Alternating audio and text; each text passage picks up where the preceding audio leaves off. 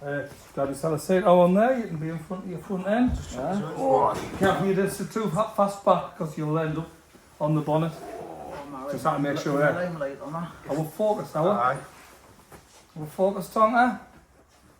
Do you know, yeah, there's a little bit shoulder cut off there on Dan. Right, welcome back guys, another episode of On The Limiter. Just continuing the theme, we've got cosworths and their owners. That's essentially what we're looking for at the minute. So you'll see behind us I've got a beautiful example of the two-wheel drive Sapphire. I'll get on to that shortly, and I've got its owner Chris sat right next to us now, who I've managed to convince to come on here and do some talking. And I'm just going to tell you how we ended up with a Cosworth, because bit of a dark horse. When I first met, I think, what was it, about a year and a half ago I met you maybe? Probably I was at a car barn running up a Beamer. Was I? Well, I remember I'd seen his car at the car show at Washington, which you probably don't know this. I'd seen your car with a bonnet up at Just Car Care, I think it was. Something like that. And I remember looking thinking, look at that, plenum. It's beautiful. I'll show you, I've got some footage of that.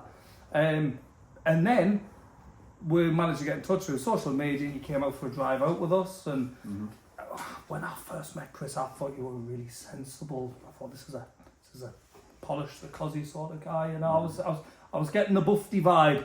I was completely wrong.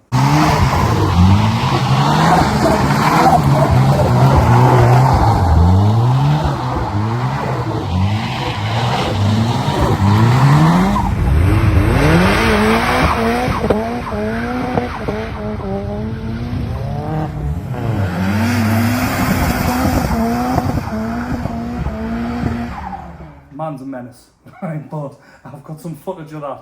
But just starting on your car history, you haven't always had Cosworths, have you? No.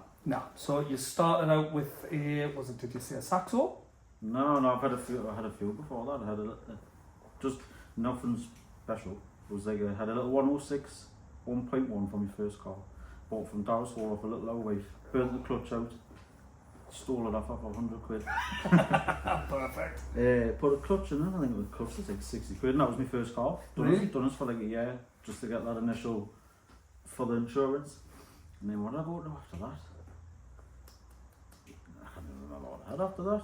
I know the Saxo stands out because I know you had a bit of an incident with the Saxo. We needn't mention any precise speeds, but I do believe you overtook a car that had some snazzy blue lights on it. I did, yes, I did. I was basically on that night, at the time I was coming down through carriageway, lively, put it that way, and then there was a wagon in the slow lane, and I just remember coming past this wagon, national speed limit of course, and then I just come off the slip road in front of the wagon, and I was just like, I'm in it, I might as well just carry on, and I just carried on, just seen the front of the car lift, snazzy lights come on, and I just caught us in no time. And what did that cost you? Not pounds wise, but did that take it cost us my licence, Cost you a licence. It came off the road for a little bit. It did. And then I know I've got pictures. I know you had a Cooper after that, like an old Cooper. I was a Mark 3 25 turbo. Yeah, I've got the pictures of that lovely car. I actually had one of them, by the way. A great car.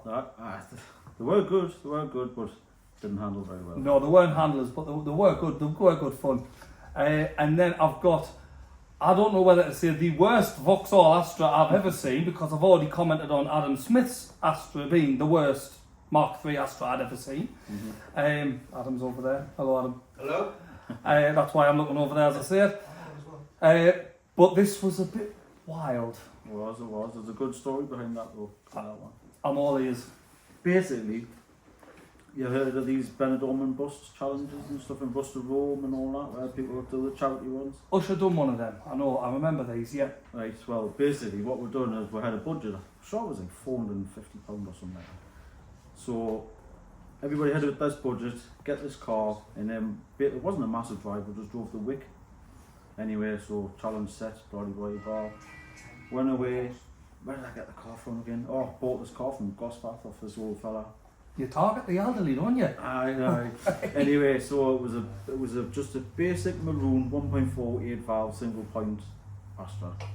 Ideal. This bloke had had it nearly all of its life. So we brought it back, and we had like a week or 2 weeks or something to make them look just outrageous for doing this.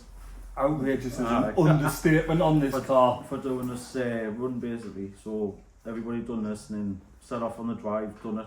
The idea was we were meant to scrap the car at the end of the challenge and then put that money into the pot because it was for like, I'm sure it was for cancer research. Anyway, I decided to keep it. Sold the Cupra, kept this Astra, and then it just escalated from there. The pictures I've seen, I know there's a video of you clearly on a German Autobahn. Yeah. I've got a picture of you on a German Autobahn with a 2 litre red top in it, I believe. I did, yes. And then it got the Saab, was it a 204? B204. I didn't quite finish that though. Basically lost storage where I was building it. But what a crazy car. What you had that for 2 years on the road. That was your daily drive for 2 years. That was my daily driver, yes, sorry. I drove it all over. I drove, basically, when I had the red top in, I drove it 40 mile every day, back and forth to Leamington when I worked at Land Rover, just back and forth. Mate, them engines were bulletproof. They were a great engine, them red tops. That's, to be honest with you, this takes some stick, like, but that red top, I mean, that took some absolute abuse. High performance Vauxhalls, which and that's 150 brake, but they were the high performance engine back in the day. They just took more shit than any other car on the road. Like you struggle to hurt them. Now, moving on from that, you decided I think you must have been to the cinema and watched Tokyo Drift, and you decided to get into a spot of the old drifting, I believe. I did. Me and one of my best mates, we're both car mental anyway. He was in he had a, what did he have at the time? No, he wanted a Nissan 200. Couldn't afford one, so bought E36s. I bought one, he bought one. And then my brother decided he wanted one, just so everybody was jumping on the drifting bandwagon at the time. And you welded the diff, I believe. I got a lad I know to weld the diff, plated it, welded it, and then, And I think we've got some good pictures of that. Getting dragged out of a bush. Funny enough, it was on an open diff. Was it really? When it was in the bush, Just some enthusiastic clutch kick and all. Aye, pretty much. I love it. So the picture where it's getting dragged out of the bush, you've also sent us pictures of a quite tasty looking E36 after that. It looked like it was starting to get a body kit and that on it. Did you fix it up and... Oh, was that the one with the black front end? No, that was just that one getting repaired. All right. Okay, because it did look quite good in the end. So we've got that. Now, I think, looking at my photos, there's a bit of a gap. Is that where... this came along, or? No, after that I bought a Clio 182 Inferno. I've got the pictures of that. Do you know what? I don't know why. I know that car. I recognise that car. Where did you buy it from? I bought it from Aberdeen. I went up Aberdeen, stole it off a lad basically. It wasn't an elderly guy. No, it was a young lad. So I drove up, basically, I went to look at another one actually in Essex. Drove all the way to look at a Monaco Blue 172. And the kid ghosted us when I got there. Oh no, all the way to Essex? Went all the way to Essex with my brother. He was in his company car at the time, using the company diesel and all that carry on. Put that out, so is he in a different job now? He's in a different job now. That's okay, right. Screw that company. Anyway, next. But anyway, so we come back, on the way back looking at different cars, and there was another one on the way back up, look at that one, that was a dog. Anyway, just give up, drove all the way home. It was like 2 days later, messaged him again. James, you fancy taking some to Aberdeen to look at another Clio? And he said aye, he put out to work for us. Anyway, went up, looked at that, came back with us, and then... What a lovely car. I love an Inferno orange Clio. That was the colour I wanted. I looked ages for one.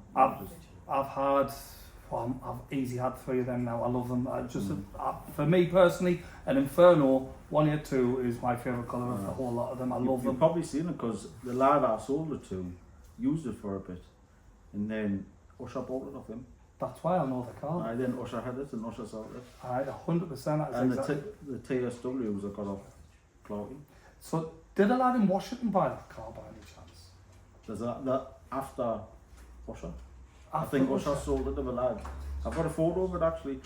It's outside of a unit in the Team Valley Industrial Estate. I was driving through my work van one day. And I said, that's never my car. No, can't clocked it straight away. Do you know what? That's why I know that car. I think I'd have to double check it. So the end of the plate was OEG. I can't remember for certain, but I remember this physique wasn't always like this. I used to go to the gym, and there was a lad at the gym had it, and I had my Inferno at the same time. I was talking to him, a guy called Adam. He's actually passed away. That's the one that I think it is. Aye, but the car was lovely. I remembered. So we had the Clio, and then we can move on to this stunning thing behind. So this was about 2021 you bought it? It was the May bank holiday 2021. So if you're a car man, and you're into your car for years, like Chris has been, like I have been, there's something about a cosworth. I've no doubt, without even asking him, at some point in his younger days, he'll have seen one or been in one and thought, I've got to have one. Pretty much. Pretty much. They get a hold of you like that. So if you want to save some money and you want to make some sensible decisions, someone offers you to go out in a cosworth, just say no. You'll save a fortune, you really will. So that's what's happened with Chris. And then he's went out and he's bought this one behind, and what a car. I had no idea of the car's history though. You sent us photos. This car was built from the ground up. It was pretty much just a bare shell, just sitting on a set of axle stands in somebody's driveway. Unbelievable. Built up with like a cracking standard as well. I mean, the interior is amazing. I've never appreciated how nice that car is till it's under these lights, by the way. It does look good under the lights. It is beautiful, but these lights also bring up imperfections, and there doesn't seem to be many of them. I don't know where the imperfections are, like I'll still do them. 30-odd year old again, look at me. Funny. But, so, funny story though, and I don't know how you got away with this. You weren't exactly saving up for a car, were you? No, I wasn't at the time. How did you buy that? Basically, just pestered my lass for donkeys and donkeys and donkeys to get her one, but we were out having a meal and basically just said, oh look, we're going down to such and such tomorrow, 5 hours away to get a cosy because I spent my house deposit. The house deposit. That there is a house deposit, right? I love that, right? Now, I can only imagine the bruising I would sustain if my missus heard me spend the house deposit. I don't know how you've done it. Smooth talking, outstanding work. I think I just sickened her, to be fair. She's a good one anyway, so she understands. Well, this thing behind, a lot of you will watch YouTube and you will see thumbnails of cars leaving car shows. Now, if there's one two-wheel drive stuff in the northeast of England that gets everybody's attention, it is this thing behind. 100%. You will have seen it on thumbnails. I've never seen you depart a car show sensibly. Ever.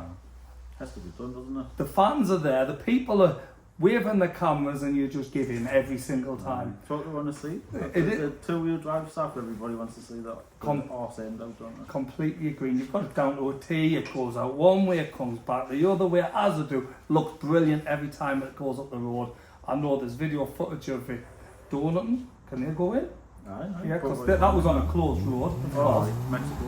And I know you also like to go out for drives up into the hills where.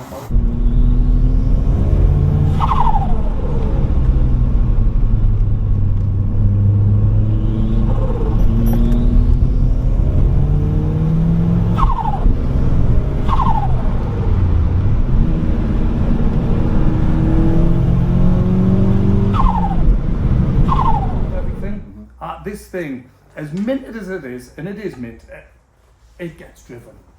It's like all of my lot, our class them as my lot, we all go out for drives together, we drive the hell out of these. Of us got them up on axle stands, cleaning the life out of them and trailing them to shores. There's none of us into that. These things get driven, and this is a fine example of it. It gets tortured. But there's some of the things that you've done on this car which I love. I'm going to touch base on your brakes because they are phenomenal. They look amazing, and I know they're badged up as Alcons, which again I love that, but they're not Alcons. Now, one of the first things I asked you is, what are them? Right, they look unbelievable. Them front calipers, I'll let you take it away. What's your setup? Basically, the calipers is off a E38 7 Series. Yeah. The Brembos. Brembos. The front discs is off a Mark 1 RS Focus, and basically only fit the two-wheel drive setup. Yeah. But that whole setup on these massive brakes and discs, you must have gotten change out of 500 quid. Oh, easy. I think this calipers cost us 120. Discs was like 150, and then obviously just paint and stuff. And thanks to this video, E38 brake calipers are now going to be rapidly on the up because every man and his dog with a two-wheel drive staff is going to go and boot these. They're going to look for them. Because I'm sure the disc diameter is 324, 325. So from a standard Mark 1 from a standard Mark 1 4, so it's quite a decent upgrade. I've got photos of the before and after for the calipers. You can get them as well. They look amazing, they really do. The setup looks, I was questionable on the colour, but for whatever reason it just works with the car. Aye. And then there's your Morettes, which Morettes are a love or hate thing. They work with some cars that don't on others. I hate, to be honest with you, but when I wanted SAF for years and years, I hated Morettes. Hated them. Well, this was me. So Aye. I've just been telling the guys there, I bought a four-wheel drive Magenta Sapphire Cosworth years ago. It had Morettes in it, and I wasn't any good with the tools. I didn't like them, you know, get your hands dirty.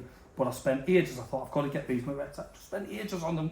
Get the only Sapphire Cosworth bumper I've ever owned that was bolted onto the car properly and secure. The rest of them's been zip tied or something, and my current one's no exception.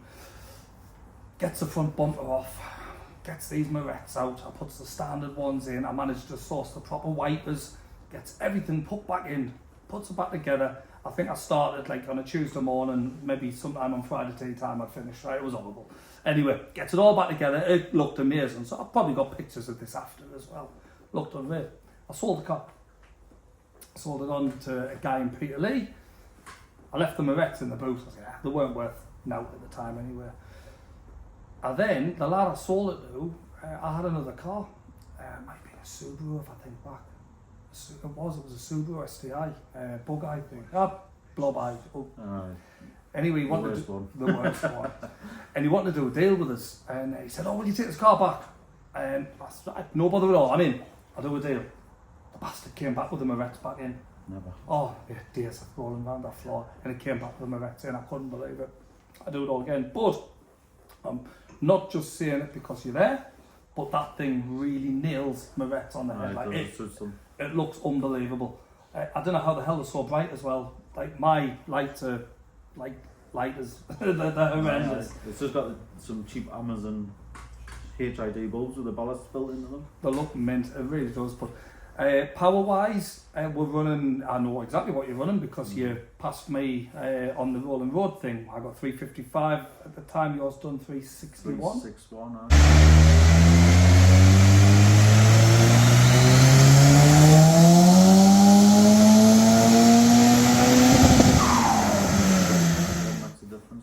That's right, 100%, 361 brake, and it does, it goes well. I've chased after that thing. But we've got some footage of that, we've got some other footage of this car being sent around. Pretty much it, guys, just to let you know a little bit about it, and watch out for any clips involving this thing leaving car shows. You will see them. The car's stunning, absolutely beautiful. I don't have to go out and drive it. I've drove them before and I know what that car will be like. And I'll leave the driving down to Chris, but thank you very much for watching, Chris. Thank you very much for coming on. Thanks for having us on.